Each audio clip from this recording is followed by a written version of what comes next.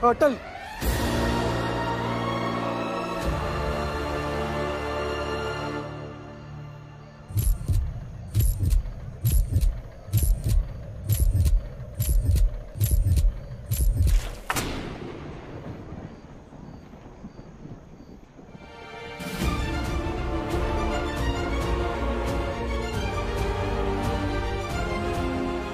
चलो जल्दी चलो। बाबूजी दरवाजा। क्या करते हो तुम? बात क्यों नहीं मानते हो बेटा? अटल, कभी कभी हम लोग जो बोलते हैं वो सुनकर चुप भी रहा करो। वहां कुछ भी हो सकता था, हमको भी गोली लग सकती थी, सब कुछ खत्म हो सकता था। लेकिन दादाजी, अगर उन्हें बता देते कि डाकू कहाँ छुपे तो वो लोग शायद से गोली ना चलाते। क्यों नहीं बताने दिया आप दोनों ने मुझे? वो सेठ से पैसे लूट रहे थे और उसका सोना भी ले गए। देखो अटल, वो डाकू जो भी कर रहे थे गलत था, हम भी जानते हैं। लेकिन जरा ये भी तो सोचो बेटा, सारे गांव वाले थे वहां पे, कोई कुछ नहीं बोल रहा था। तो गलत किया उन लोग ने माँ। तुम्हें ऐसा लगता है ना, तो अभी चुप रहो, चुपचाप सो जाओ। सुबह हम तुम्हारे सवालों का जवाब देंगे। चलो अटल सो जाओ। लेकिन माँ, मुझे अपराधी का पता बताने क्यों नहीं दिया? बेटा समझने की कोशिश करो। हम तीनों ही नहीं थे वहां पे, पूरा गांव था और किसी ने भी पुलिस की मदद नहीं की। तो क्या पूरे गांव ने जब गलती की तो मेरा भी गलत करना सही हो गया माँ? अब तुम बहस कर रहे हो अटल, तुम बात नहीं मान रहे हो। कह दिया ना दादाजी ने, सुबह जवाब देंगे तो देंगे। अब सो जाओ, जाओ।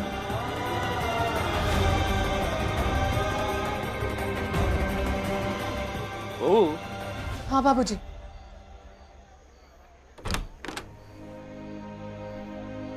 जी। जब कोई ज्यादा सवाल पूछने लगता है तो वो सवालों में उलझ जाता है। सब सवालों के जवाब ढूंढता है और बाकी लोगों से बेहतर इंसान बन जाता है। अटल भी बहुत सवाल पूछने लगा है, लेकिन हम उसे सवालों में उलझने नहीं देंगे। हम उसके सवालों के जवाब देंगे। कल सुबह हम उसके सवालों के जवाब जरूर देंगे। ठीक है वो, तुम सो जाओ, डरने की कोई बात नहीं। जी बाबूजी।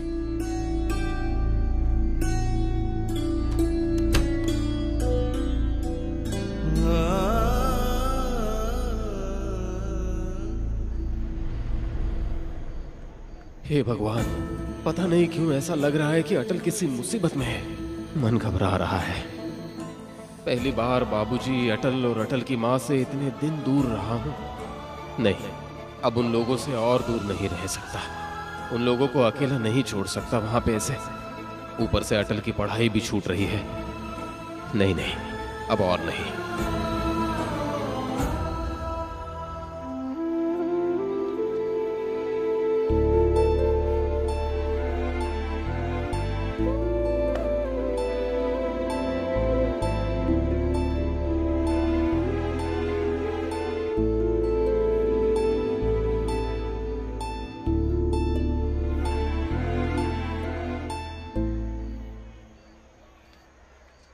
वाजपेयी जी,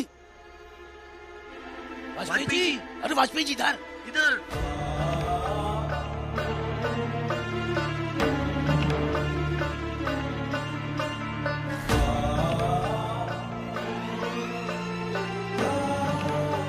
अरे बाबूलाल जी, गजोदर जी, आप इस वक्त यहाँ और ऐसे? अरे बड़ा पचपचा गया है वाजपेयी जी। अब दिन में सबके सामने आपसे बातचीत तो कर नहीं सकते हैं, वरना हम सबको अपराधी मान लिया जाएगा। और वाजपेयी जी, कुछ तरीका, कोई उपाय निकला इस भवंडर से निकलने का? नहीं, अभी तक तो कुछ भी नहीं। आज मैं कुछ वकीलों से मिला। मामला ये है कि कोई वकील ये मुकदमा लड़ने के लिए तैयार ही नहीं है। मैं भी हैरान हूँ, आखिर करूँ तो क्या करूँ? देखिए, कुछ ना कुछ तो करना ही पड़ेगा, बहुत जल्द करना पड़ेगा, क्योंकि अंग्रेजी हुकूमत ने हुक्म दे दिया है। कि जितने आस पड़ोस के दुकानदार हैं वो आपको राशन देना बंद कर दें, ताकि आप पर शकंजा कसा जा सके। चलिए चलो चलो।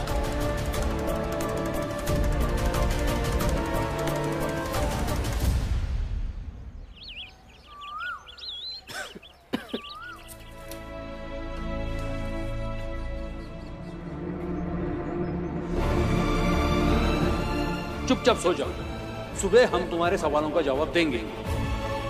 उठ गए? चलो जल्दी उठ जाओ, मुंह हाथ धो लो उठ के। दादाजी ने कहा था कि सुबह जवाब देंगे। ये उठते ही क्या सोचने लगे तुम? क्या बोल रहे हो? दादाजी ने कहा था कि सुबह जवाब देंगे। कहाँ है दादाजी? दादाजी बाहर है, तुम पहले अटल अटल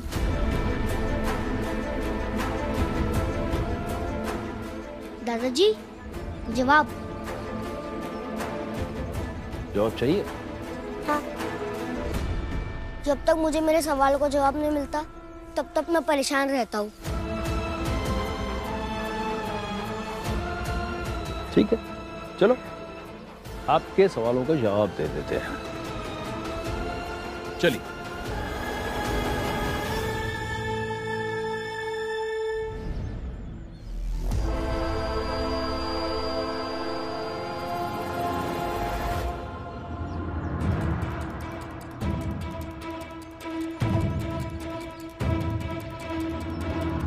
बहू, सदा और प्रेम आ गए सामान लेकर? नहीं बाबूजी, बस आते ही होंगे। बाबूजी, दुकानदार ने राशन देने से मना कर दिया। क्या कहा उसने? कह रहे थे कि वो बस कानून की बात मान रहे हैं, हमारे परिवार को कुछ भी नहीं देंगे जब तक अटल नहीं आ जाता है और हमारे और अंग्रेजी सरकार के बीच में समझौता नहीं हो जाता। एक वही दुकान वाला नहीं है, अगर वो सामान नहीं दे रहा है तो कहीं और से मिल जाएगा। सदा प्रेम, चलो।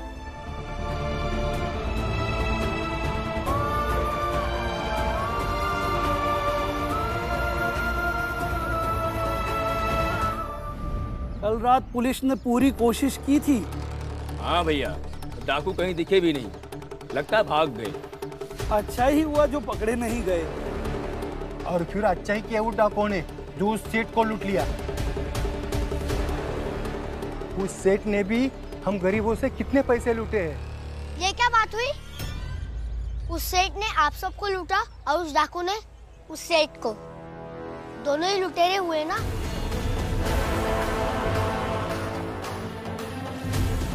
तो उसमें से एक अच्छा और एक बुरा कैसे हुआ?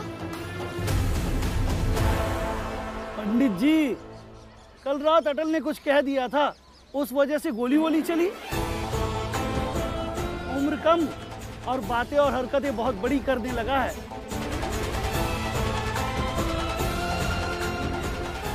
संभालिए, कहीं कोई अनहोनी ना हो जाए। और क्या, पहले हमको समझाया, कल फिर कुएं में पानी भरते समय औरतों को समझाया। अरे इससे कहीं ये भ्रम ना हो जाए कि सबसे ज्यादा समझदार यही है। समझदार नहीं हूँ मैं, बस ये समझना चाहता हूँ कि आप लोग उस डाकू के ना पकड़े जाने से इतना खुश क्यों है। और जब पुलिस आई, आपने उस पुलिस की मदद क्यों नहीं की? अरे हमें क्या पता डाकू कहाँ से भागे कहाँ से नहीं भागे। अरे भैया, ये बेमतलब की बातें करने से क्या फायदा? और नहीं तो क्या, जाओ आप सब लोग अपने अपने घर। कल रात वो लोग आए और चले गए। इस बात को हम लोग हास्ते की तरह भूल जाते हैं। कितने झूठे हो आप। कल मैंने ही आपको देखा था उन डाकुओं को छुपाते हुए।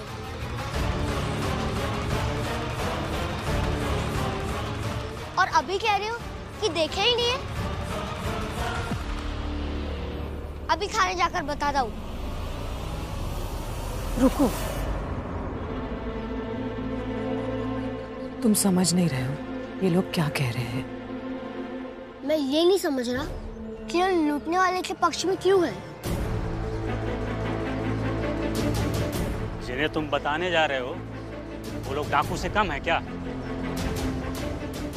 अटल, तुम अभी बच्चे हो और छोटे हो, इसलिए हम लोग ये बात टाल रहे थे। और अगर तुम असल में ये जानना चाहते हो कि हम लोग क्यों डाकुओं के समर्थन में हैं, तो आओ हम तुम्हें बताते हैं।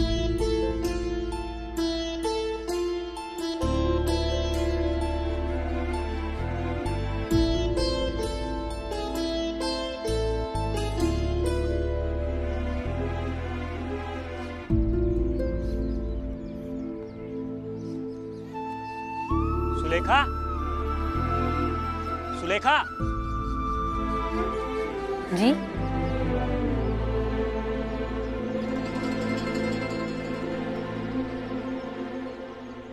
ये सुलेखा है मेरी पत्नी। 6 महीने पहले इसकी हालत ऐसी हो गई थी कि डॉक्टर ने कहा नहीं बचेगी। डॉक्टर साहब, देखो शहर लेके जाओ बड़े अस्पताल में, ये तो नहीं बचेगी। ऐसा मत करिए डॉक्टर साहब। देखो मेरे से कुछ नहीं होगा, मेरे बस की बात नहीं। डॉक्टर साहब, डॉक्टर साहब, तुम चिंता मत करो, तुम्हारा इलाज जरूर कराएंगे। हम तुमको शहर लेके जाएंगे। शहर में इलाज के लिए बहुत खर्च होगा। तुम इतने पैसे कहाँ से लाओगे?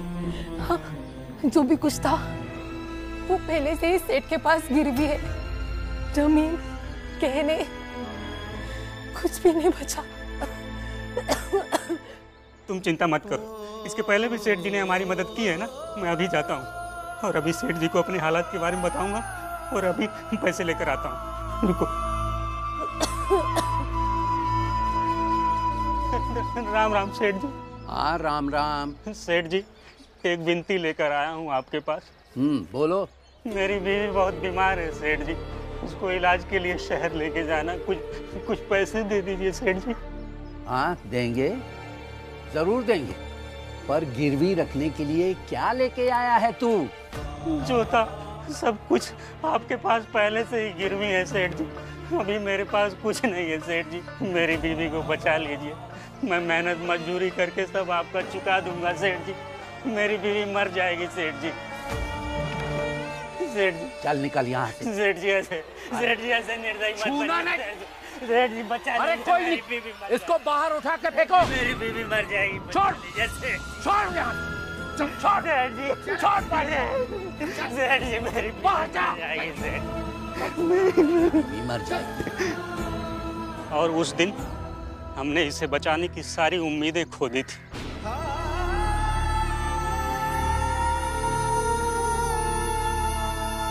तभी एक फरिश्ता मेरे घर आया।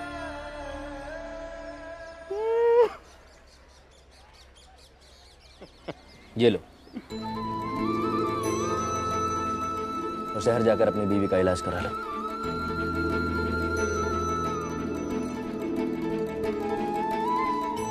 एक दिन तुम्हारी बीवी ने पानी पिलाकर मेरी जान बचाई थी,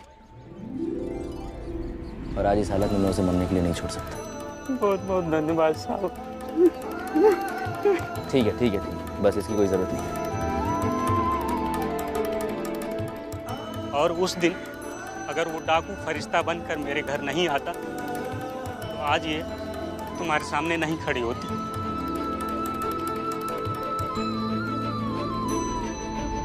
इत्तेफाक समझो या जो समझो, उस सेठ और मेरी बेटी का ब्याह एक ही दिन था। उस सेठ की बेटी के ब्याह में पैसा पानी की तरह बह रहा था और मेरी बेटी की बारात दहेज पूरा न होने की वजह से लौट रही थी। मैं भागकर इस सेठ के पास गया। मैंने इस सेठ से कहा, सेठ जी मुझे कुछ पैसे दे दीजिए ताकि मेरी बेटी का ब्याह हो जाए, पर उस सेठ ने मेरी एक न मानी। लेकिन यही डाकू आए, मुझे पैसा देकर मेरी बेटी का ब्याह करवाए। ये अंग्रेज हमारी पैदा की हुई फसल से एक बड़ा भाग कर के रूप में ले जाते हैं। हम खाने के लिए गेहूं बोना चाहते हैं तो ये हमसे जबरदस्ती नील की खेती करवाते हैं, और उसके बदले में हमें कुछ अनाज भी नहीं देते हैं। फिर चाहे हम भूखे मर जाए, इन अंग्रेजों को कोई फर्क नहीं पड़ता। लेकिन ये डाकू कभी कभी हमको अनाज भी पहुंचाते हैं। ये अंग्रेज और ये सेठ असल में सब के सब डाकू हैं जो हमारा खून चूसते हैं, और जिन्हें हम डाकू कहते हैं असल में ये उन्हें लूटते हैं जो हमारा और हम जैसे बहुत सारे लोगों का खून चूसते हैं।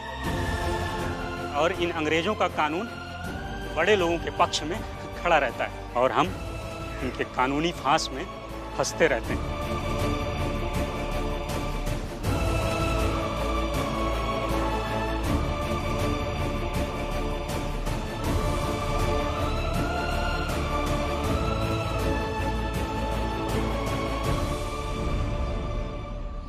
वाजपेयी साहब,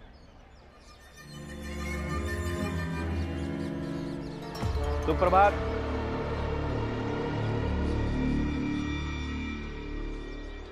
क्या हो गया?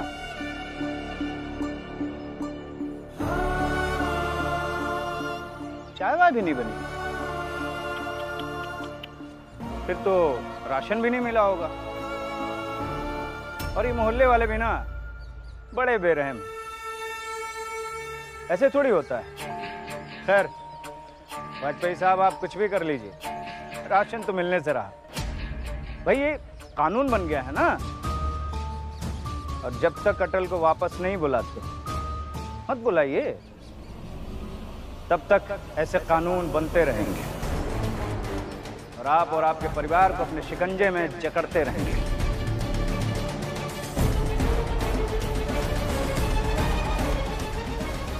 और इसी कानूनी फांस को तोड़ने के लिए ये डाकू बागी बनते हैं, वरना इन्हें भी तो सुकून से जीना पसंद है।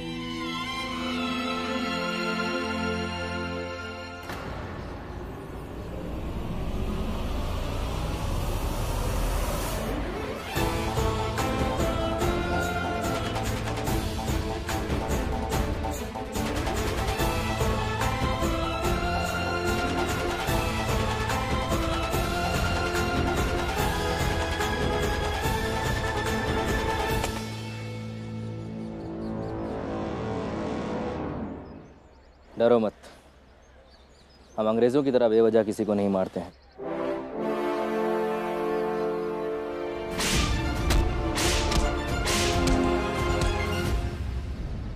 तुम्हारी बातें सुनी, अच्छी लगी, पर क्या कभी तुमने सोचा है कि हम लोग क्यों अपनी जान हथेली पर रखकर चंबल के बीहड़ों में खाक छानते हैं, अपना घर द्वार छोड़कर किस तरह छुपते छुपाते दूसरों के घरों में रात बिताते हैं, जैसे कल रात यहां पर बिताई।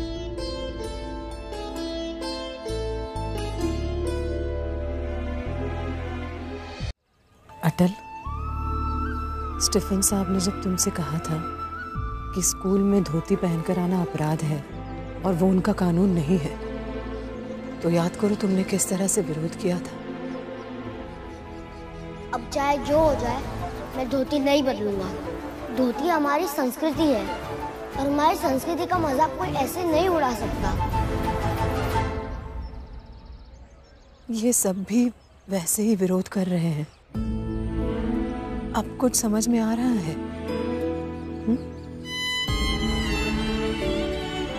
अटल बेटा, सही के लिए, न्याय के लिए अगर कोई कानून तोड़ता है तो गलत नहीं होता है। जैसे कि तुमने स्कूल में जो किया वो गलत नहीं था, और यहाँ पे ये डाकू जो कर रहे हैं वो गलत नहीं है।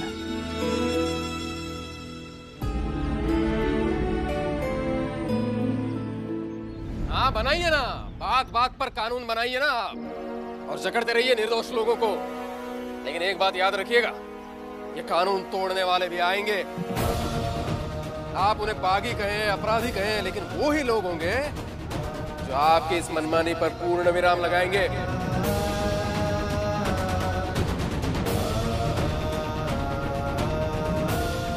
आप चाहे ऐसे नए नए कानून बनाकर हमें दबाने की कोशिश कीजिए, लेकिन आपके इस कानूनों की धज्जियां उड़ाकर एक दिन हम ही जश्न मनाएंगे तोमर साहब।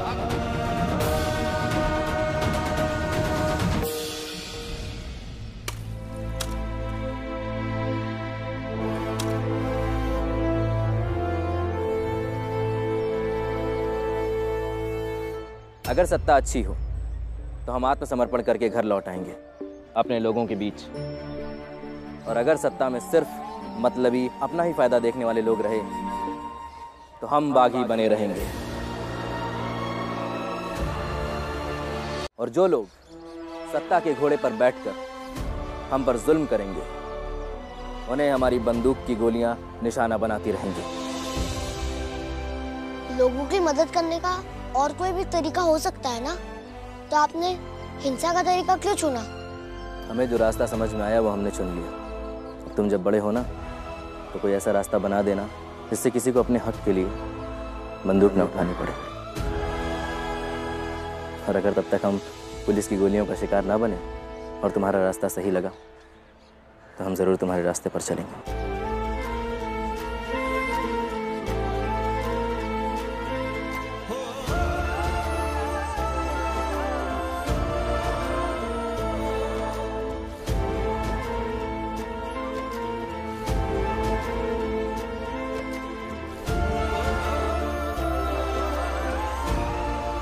अब हमें ही एक रास्ता बनाना होगा जो बिना बंदूक उठाए सबके लिए न्याय करे और सबको अधिकार मिले।